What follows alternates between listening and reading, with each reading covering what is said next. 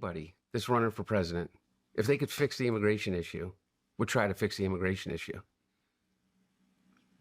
Right? Because we need immigration. We need a vibrant immigration.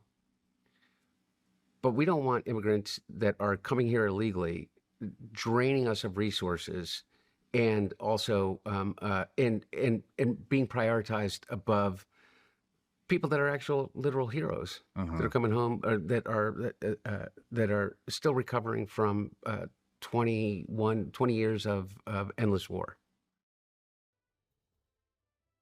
It's finally out in the open, and it's every bit as ugly as we suspected. Hunter Biden just dropped a bombshell about his own financial ruin, and it's not some minor setback. It's a massive $15 million hole that he has no idea how to climb out of. He's looking at a future that's completely up in the air, and for the first time in his life, it looks like the walls have actually closed in. That invisible shield that's protected him for decades, it's gone. This wasn't some quick soundbite or a scripted press release. Hunter sat down with Sean Ryan for a grueling 5-hour marathon that's absolutely rattling the DC establishment.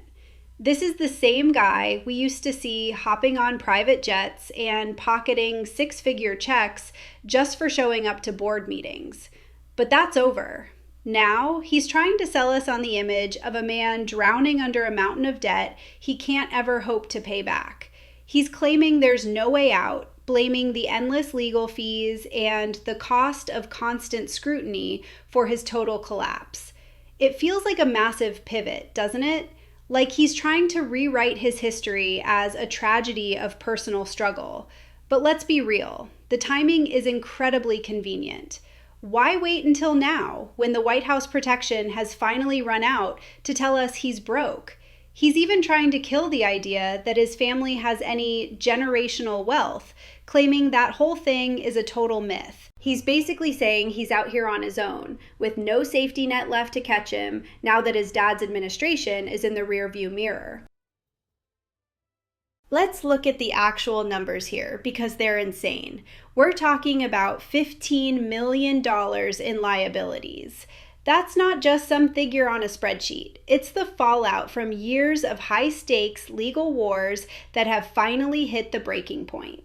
We all watched for years as the millions poured in from Burisma in Ukraine and those murky deals in China. Now, Hunter's telling us all that cash is just gone. He says it was all eaten up by a legal machine that he can't keep running anymore. He actually said, nobody is coming to the rescue, and you can feel the finality in that. It's a wild shift from the guy who was living in $20,000 a month pads in Malibu and driving luxury cars while his father was running the country. Going from that kind of decadence to being flat out broke tells you everything you need to know. It proves that once you strip away the family name and the access to power, those endless revenue streams dry up instantly, leaving nothing behind but a mountain of debt and a lot of angry people. This isn't just about the money anymore. It's a permanent stain on the whole Biden legacy. Even with that presidential pardon tucked in his pocket, the civil lawsuits and this massive debt aren't going anywhere. People are already pointing at the millions he took from Hollywood lawyer Kevin Morris, wondering how any normal person racks up that much debt without a single clue on how to pay it back. During the interview, Hunter tried to act like there aren't any hidden billions stashed away, swearing the family vaults are empty.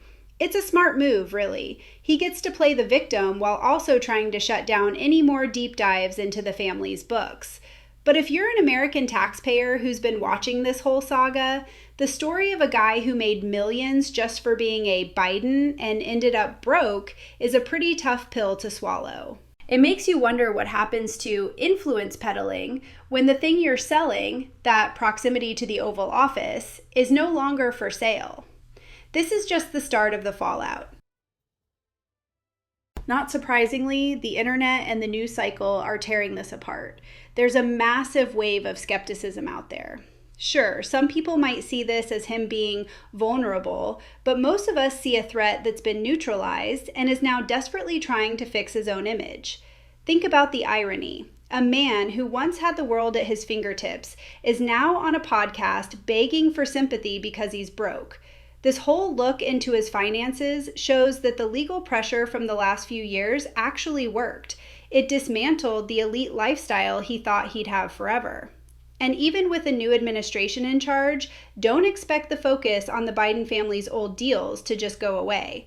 Some see it as a tragedy, sure, but for most patriots, this is what accountability looks like. It's a reminder that even the most powerful connections can't keep you ahead of the law forever. The bill always comes due, whether it's in cash or the total collapse of your reputation.